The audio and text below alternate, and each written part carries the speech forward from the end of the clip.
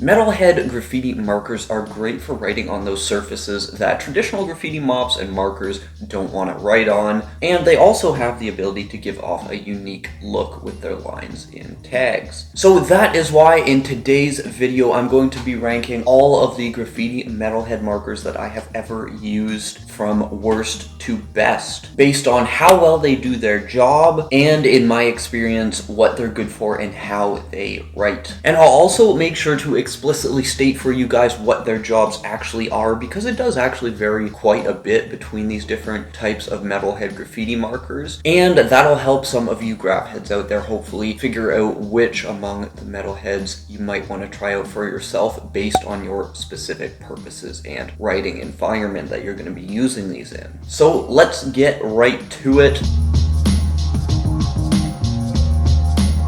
To be impartial about this as well, I will also mention a few metalhead graffiti markers that I have not personally tried myself that are similar to the ones we're going to be talking about today, specifically so that you have some options between brands that you can look at and compare prices for, all that kind of stuff. And I'll also try and link you in the description to as many of these as I possibly can so you can check them out yourself. Number 6, I said from worst to best, so we are starting off with the baddest of the bad. This marker ranked highly only on my list of worst graffiti supplies. You can check that video out in the corner or the description if you want. And it's of course the Krink K90. One of my biggest things about graffiti markers, mops, paint, anything that can't be racked specifically is that it has to be economical. So when you hear that this thing comes with a generous, 26 milliliters of paint and costs you $14 US,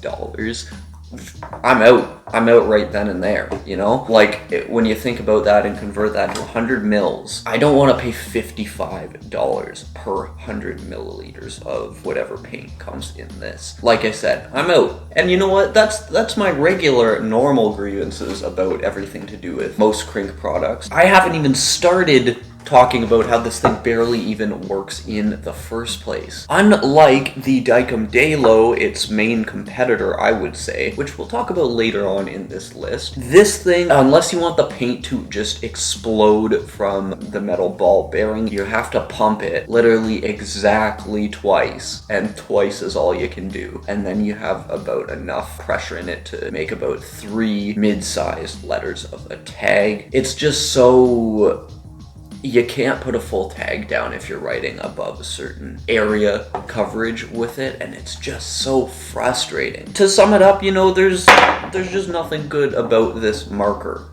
You know, that might have sounded heavy actually, but the metal on this is actually pretty cheap. Like, I can just, you know, dent that right then and there. That's how cheap this metal is. I just dented that in half. The tip itself, I've never had problems with the ball bearing, although I barely use this ever, but it does get clogged a lot. Other people have said when it does clog, it's very hard to unclog. Something else, the color selection they have for it is a generous black or white you choose, so that's not great either. So, you know, I just don't really have anything good to say about this, and that's why it's at the bottom spot of the metalheads on this list. Let me know if you guys would be interested in maybe a video of me rehabilitating this marker here. Could use a bit of work. Let me know. Number 5. So the 5th highest spot, or the 2nd lowest rather, spot on this list is reserved for 2 metalheads that I've used in particular, or rather a whole class of metalhead ball bearing markers. And the 2 that I've used in particular are the Soltip 006, specifically with the metalhead ball bearing, and the other one I'm throwing in here that I've used is the Molotov Dripstick Mini with the metalhead. Both of those markers have this basically identical 4mm ball bearing, at least that's what they're calling it. Both of the ball bearings on them don't really compress too much, which I think is a good feature about them. It does allow you to write fairly smoothly on some really rough surfaces like concrete or brick, and I think that's what these things are really good at, if they're good at anything. But the main problem with this particular type of ball bearing marker is that they just seem to be very hard to keep clean, and you do need to keep them clean if you want them to roll smoothly. Otherwise, you're going to be going over every single line you do with it about 3 times to make it clear, and you just don't want to be trying to do tags like that. That's just not fun for anyone, and it's slow, right? So that being the case, I have found that with these particular type of ball bearings that don't compress very far, especially, and are larger. They only work in particular with some thin paints and some inks in them. We tried to do an experiment here where we filled a Molotow rollerball dripstick with some thicker paint, and it did do okay, but it was after doing that experiment that I realized, like, yeah, these things don't roll very well, and they're super hard to keep clean if you leave them empty for any length of time and anything hardens up in there. So if there's one thing I want you to take away from these ball bearing metal heads, it's that you need to use them with thinner paints or inks. This one in particular is nice and slim, easy to carry in a pocket, but I do have to say I don't have to refill it very often, if you know what I mean.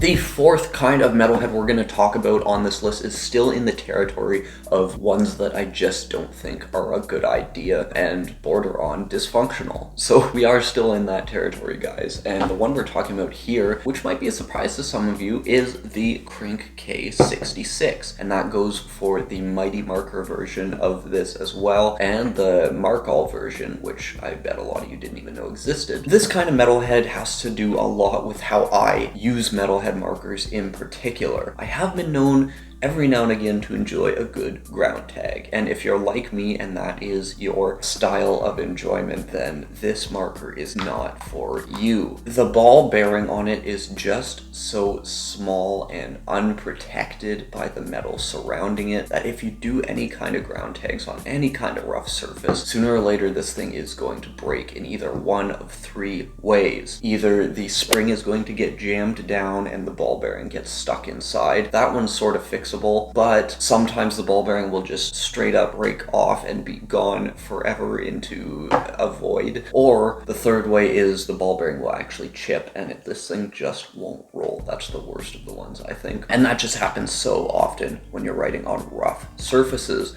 with the Krink K66. I do think it would be unfair for me to not point out, though, that the Krink K66 does make some very nice looking lines. It's got great dripability if you're using it on some smooth surfaces. That's where these things really thrive. In addition to that, I do have to say I really enjoy the sort of thickness of the marker body here. It fits a lot of paint in it, and the squeezability of the Krink one in particular is quite nice. The plastic's nice, squeezable. So I guess in a sentence, this thing is delicate, untrustworthy, but not entirely useless, I guess. Number 3. So now we are in the top 3 territory of our metal heads here, and this is where I started really having trouble ranking these, actually. And that is largely because at some point in particular I have relied on each of these top 3 metalhead graffiti markers. But for number 3, after a lot of thought, I'm actually placing the Grog metalhead here. Some people love it, some people hate it. You can leave your thoughts on this particular metalhead in the comments for everyone to read. Below, I will read it. I'll show your comments and love. But for a long time, this particular metalhead may have topped the list for me because I relied on it, I used it a lot, and I was really, really rough on these metalheads.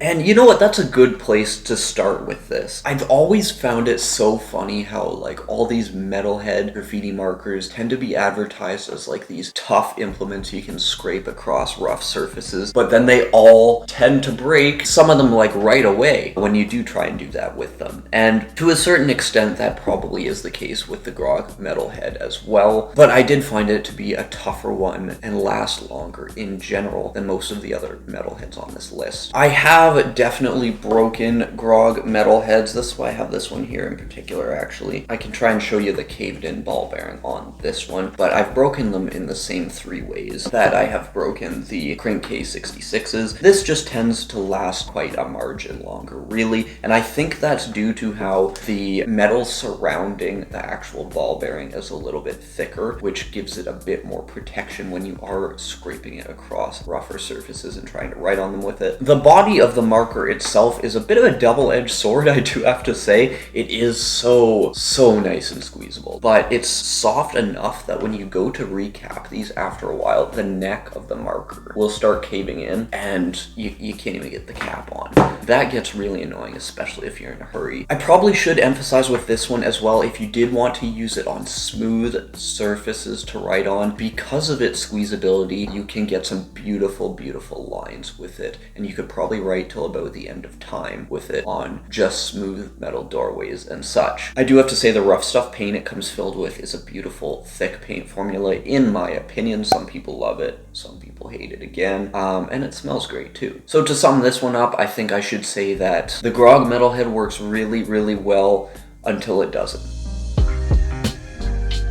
Now, my second favorite Metalhead graffiti marker here is probably going to surprise a lot of people, but it totally is a classic, and that is, of course, the whiteout pen. It can be any whiteout pen. This one is just like a cheap Bic one from Walmart. You can see it's well used. I actually need to probably replace this because it's clogged at the moment. But I have just found consistently that with whiteout pens, they are surprisingly tough and very versatile in terms of the number of surfaces they can write on. I particularly enjoy the Bic ones because of their immensely squeezable bodies here, as well as their shape. They're very slim, easy to carry with you. But there are tons of the different whiteout style graffiti metalheads out there, such as the Pentel one, the Press and Go one, which might be the Art Primo brand, I don't know. And just tons of other ones that all have their own unique shape and slightly different polyplastic to them, so you can really experiment and find out which ones you enjoy by trying them out. And you know what, they're all pretty dang cheap as well, so it's worth picking a few different ones up, I would say. Now yes, these can be susceptible to chipping, jamming, clogging, all that sort of thing, but here's my counterpoints to those cons. One, these are totally refillable in almost every brand. This one certainly is. Number two, if you do end up having a problem eventually with these, they're so cheap you can buy a new one. And three, I've written on almost every surface from rough wood, freight metal, smooth metal surfaces, and the like with this thing, and it's held up quite well. The ball bearing is still rolling. So really, to sum it up, this thing is very cheap, fairly reliable, easy to carry, and very, very versatile. You can't go wrong. Number one. Now, I know for a fact that almost nobody is going to agree with my number one choice of metalhead marker here, but nevertheless, it is the Dykem Dalo Industrial Paint Marker. And slow down,